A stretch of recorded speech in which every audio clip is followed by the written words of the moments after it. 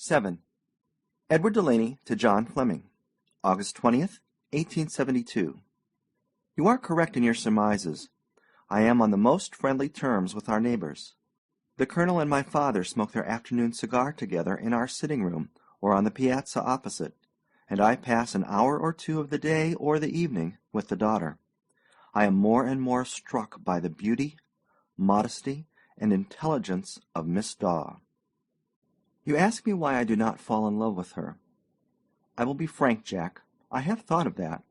She is young, rich, accomplished, uniting in herself more attractions, mental and personal, than I can recall in any girl of my acquaintance.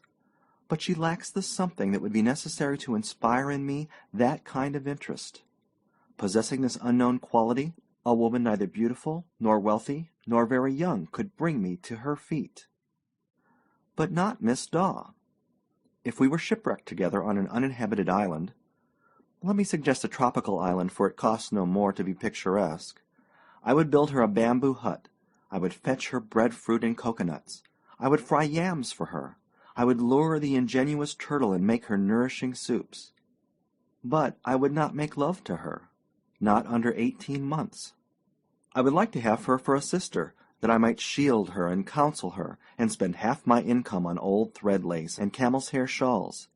We are off the island now. If such were not my feeling, there would still be an obstacle to my loving Miss Daw. A greater misfortune could scarcely befall me than to love her.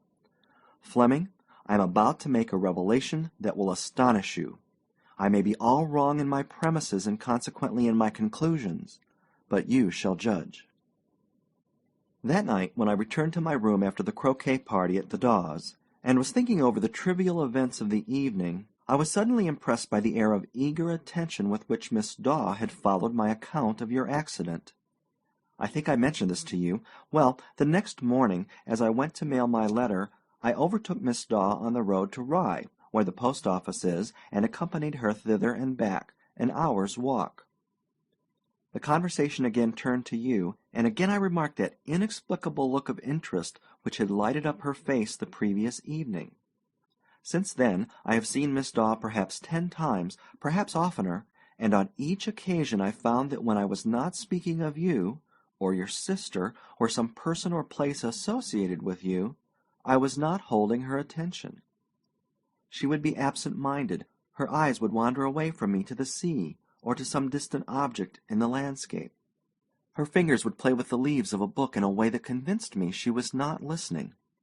At these moments, if I abruptly changed the theme, I did it several times as an experiment, and dropped some remark about my friend Fleming, then the somber blue eyes would come back to me instantly. Now, is not this the oddest thing in the world?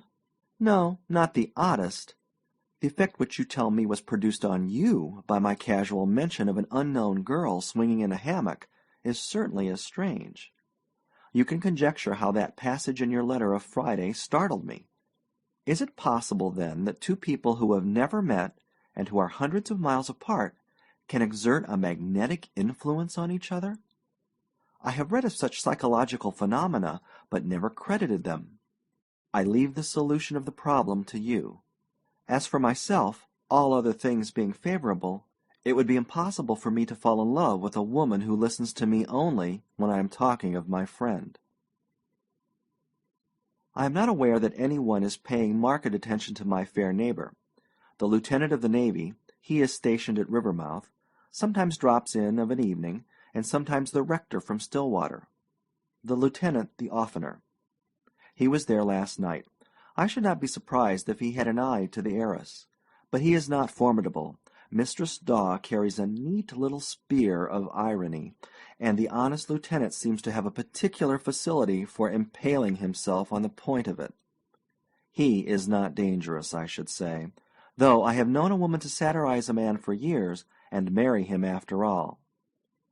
Decidedly, the lowly rector is not dangerous, yet again, who has not seen cloth of frieze victorious in the lists where cloth of gold went down? As to the photograph, there is an exquisite ivory type of Marjorie in Passepartout on the drawing-room mantelpiece. It would be missed at once if taken. I would do anything reasonable for you, Jack, but I've no burning desire to be hauled up before the local justice of the peace on a charge of petty larceny. P.S. Enclosed is a spray of mignonette, which I advise you to treat tenderly. Yes, we talked of you again last night, as usual. It is becoming a little dreary for me.